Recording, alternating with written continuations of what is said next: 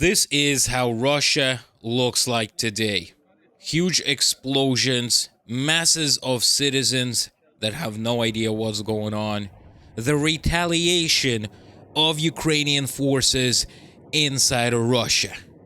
Let's talk about it. What is up, everybody, and welcome to a brand new video on my channel where a Russian guy speaks about what's going on in Russia. Obviously, I'm out of Russia right now because if I was speaking about this inside of Russia, I would probably be in a Siberian Gulag prison. So if you find this content very interesting and informative, please hit the subscribe button and the like button to support this channel. In Tver region, drones destroyed a missile arsenal worth 3.6 billion rubles in Tver region. And what is 3.6 billion Russian rubles to dollars? That is nearly $39 million, which is a very, very big hit to the military infrastructure inside of Russia. Let me read this out to you so you would get an idea of what's going on. After a drone attack in the city of Toropets in the Tver region, the arsenal of the main missile and artillery directorate caught fire, according to NASA satellite data.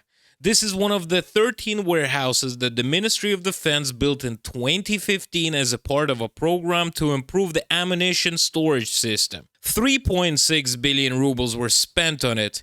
However, state agencies do not report this. From their publications, it follows that in the city with a population of more than 11,000 people, an evacuation simply began after the fall of the UAV fragment. Now, what the Russian state media is telling to the Russian citizens is that the Russian anti-missile system actually caught the drone and took it down. And somehow the fragment of that drone hit a warehouse and created an absolute huge explosion inside of that military base. Now, I'm really sure that a fragment would not be able to do it because, if you got missiles in some sort of a warehouse, I'm pretty sure you would make that warehouse out of concrete at least, and a fragment will probably not be able to penetrate it.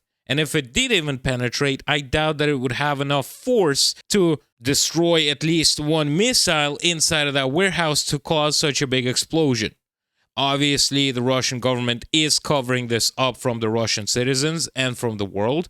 And from my beliefs, I think that the drone actually hit spot on into the warehouse, which actually triggered this massive, huge explosion in the Russian military infrastructure. Deputy Defense Minister Dmitry Bulgakov in 2018 said that each arsenal storage facility can store 240 tons of ammunition and missiles. And I quote him, "The arsenal allows us to protect missile and ammunition stockpiles from external influences and ensure their safety and explosion and fire safety."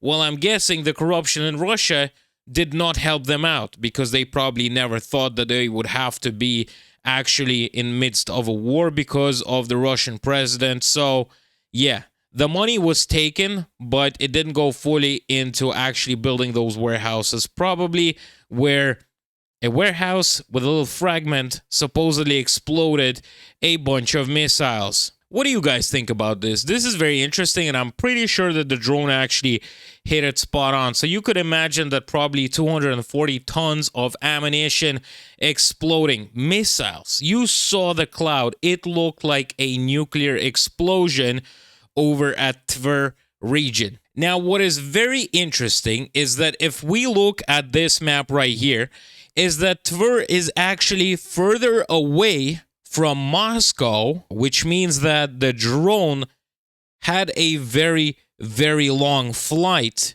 So you can imagine how infuriated the Russian president is right now that a drone actually it could have hit Moscow. If they wanted it, they could have hit Moscow very, very hard. But instead, they chose a military base where they hold a bunch of missiles which are probably used against the Ukrainian military. What can I say, guys? This is a huge loss for Russia right now at this moment of time. and hitting further away than Moscow is crazy. It's absolutely crazy. I'm just so surprised how far that drone went. It's crazy. That means that the drones and the missiles that the Ukrainians have right now are ready to be used anywhere throughout the capital of Russia and even further. Now, to make this even a bit more interesting for you guys, you would have imagined that all the footage we guys have showed you is actually coming from the ordinary Russian citizens living in Russia, living in the Tver region, which had no idea what's going on. And you know, it's interesting. Obviously, in any other country, if you have stuff like that happening and you record it, nothing will probably happen to you because you got freedom of speech. You can record anything outside and whatnot. You know, you're living somewhere actually quite far away from the Ukrainian border. But the residents of Tver region actually started getting a notification from the Ministry of Emergency Situations about criminal prosecution for publishing footage of the fire in Toropets. You could see the image right here. At the same time, the administration of Toropetsky district officially called those who post photos and videos of damage due to UAV attack are acting on the side of the enemy. So recording the truth about what is actually happening inside of Russia is a criminal offense. So if you record and post, for example, a drone flying into your building, for example, or a rocket exploding somewhere close and posting it on Telegram or Instagram or wherever, is actually acting on the enemy side. I just don't know what to say about this because I'm just wondering, you know, I want to take all those government officials and just bring them to court, you know, so they actually will get what they deserve, because I find it very, very important that people should be able to record all of this. Obviously, they don't want people to record this because it will create a lot of panic inside Russia, because war is coming closer and closer to Moscow. And if people start to get worried, they're going to start asking questions to the government, to Vladimir Putin. What is going on here? What is going on? What you were saying that everything is going according to plan. We're just sitting here trying to live our lives, and this is coming to our houses.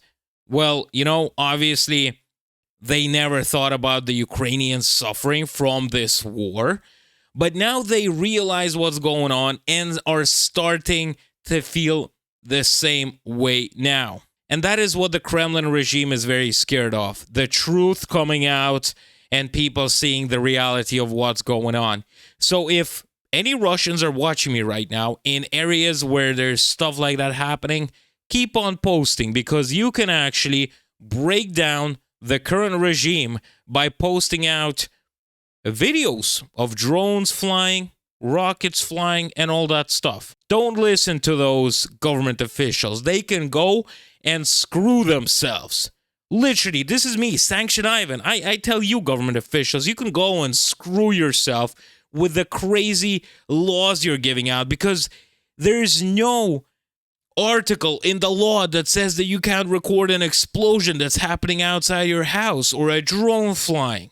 Flippin' heck, I'm just extremely mad at this. You know, they're taking my country and making everybody sheep and making everybody not understand what is going on in reality.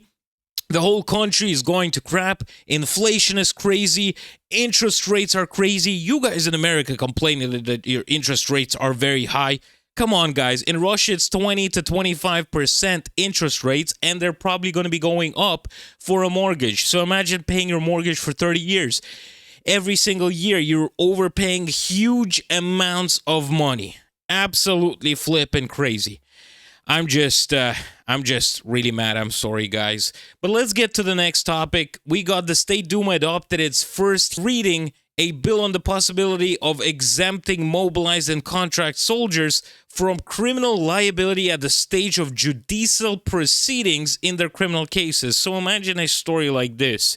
You got some crazy guy that got a axe and whacked somebody with it. For example, his own grandmother.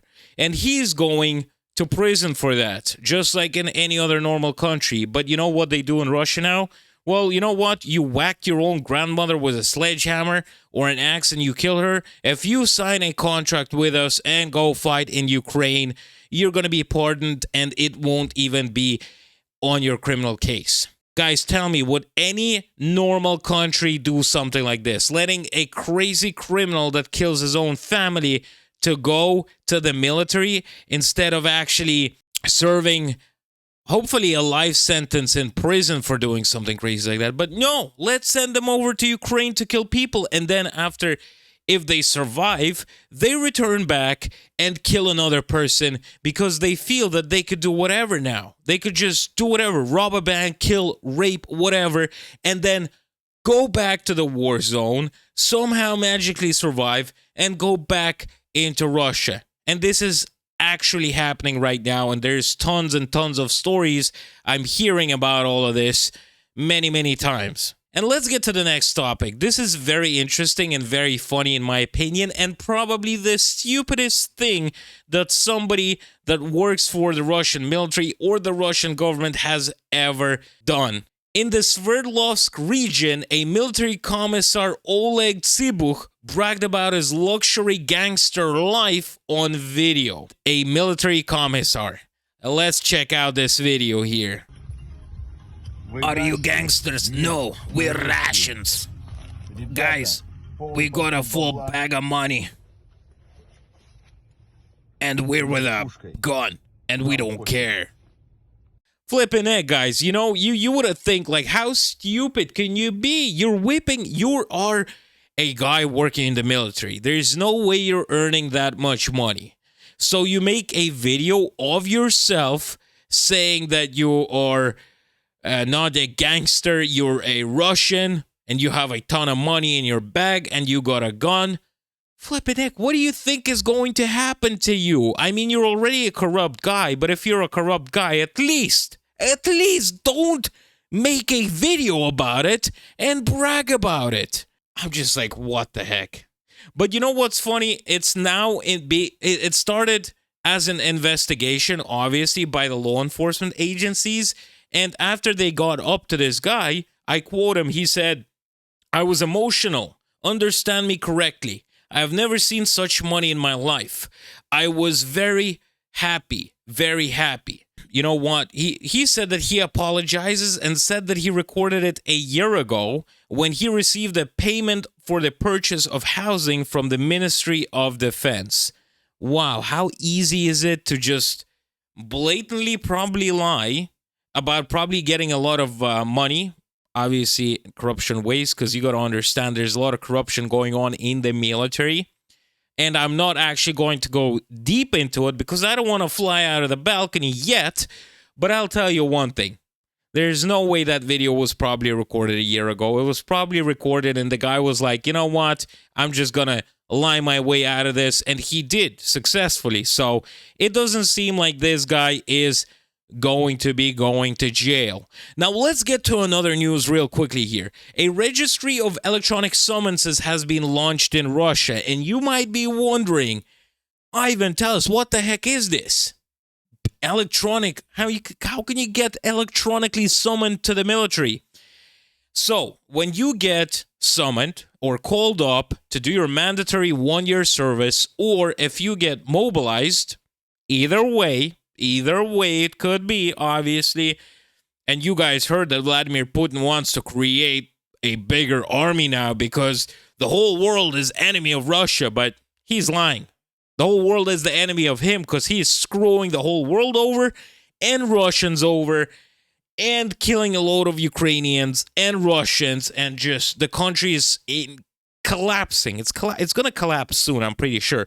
Anyways, when you get used to be, when you know, before all of this stuff, when you would have got called up, you would have to receive an actual mail from a person, right? And you have to sign for it. And once you sign it, then you must go to the military office. Obviously, a lot of people, when the military commissars were knocking on their doors, they pretended that they were not home. So they would have never went there, and they would just skip the army and wait until they're 27 and work out a way. But obviously there was no backlash from this, so they couldn't really catch the people.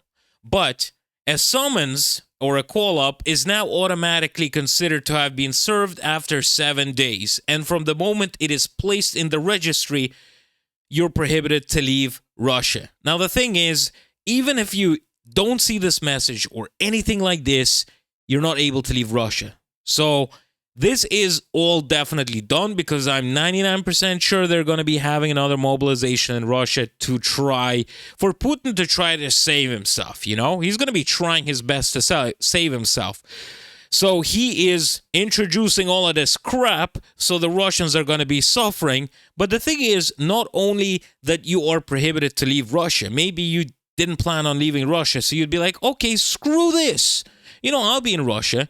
But if you do not appear at the military registration and enlistment office on time, you will also be prohibited from driving a vehicle, registering a vehicle or real estate, receiving loans or credits, or registering as an individual entrepreneur or self-employed. But you might be wondering, how the heck do you lift those restrictions? It says that the restrictions will be lifted within 24 hours after your visit to the military registration and enlistment office. So it makes it that you cannot run away from the army now. If you don't want to do your mandatory 1-year service, you're not going to be able to run away from Russia or hide away in your mother's basement, like a lot of people do. And I'm not joking about this. I did not do the 1-year service, and screw that, because the only thing you learn to do in a Russian army is how to peel potatoes and paint the grass green. So it's a total waste of 1 year of your life. Not sure about other militaries, but from all the people that went to the Russian military for the mandatory service, actually became a bit more stupider than they were before they even went there. You know, I've noticed this, and this is the reality of this, because you actually degrade being inside of the Russian army, which is just completely horrible. But if you have done your mandatory service, for example, and they start another mobilization, which probably will start, you're not going to be able to leave. You're going to be hunted down. You know, once you get the summons, automatically you cannot leave Russia. But the thing is, even if you get it on first day, right, and you don't notice it, for example, and you're in the airport, you're not able to leave. You're stuck in Russia and you can't leave. And all of this is done to prevent the running away from people who were supposed to be mobilized or who could have been mobilized, just like I did a year back. I think it was a year back. When was the mobilization? Anyways, that's when I was actually escaping Russia in my car, and I was stuck in a traffic jam in Russia-Georgian border for 3 days, and then we ran away to Turkey. I actually have a full video of that on my YouTube channel if you want to go and check it out. It's called Escaping Mobilization. Ooh, so yeah, what do you guys think about this? Do you agree on my points, or do you have any other opinions? I would love to hear your opinions in the comment section below. If you enjoyed the video, found it informative, I would appreciate a like and a subscribe. And if you want to support me while I'm trying to get my bank account sorted out, because soon enough I'll have to be flying to another country to get it sorted out, you could check out my Patreon, where you could support me and chat to me and check out some posts that I post over there. And I'm pretty sure they're quite interesting. Thank you very much for watching, and I'll see you guys next time.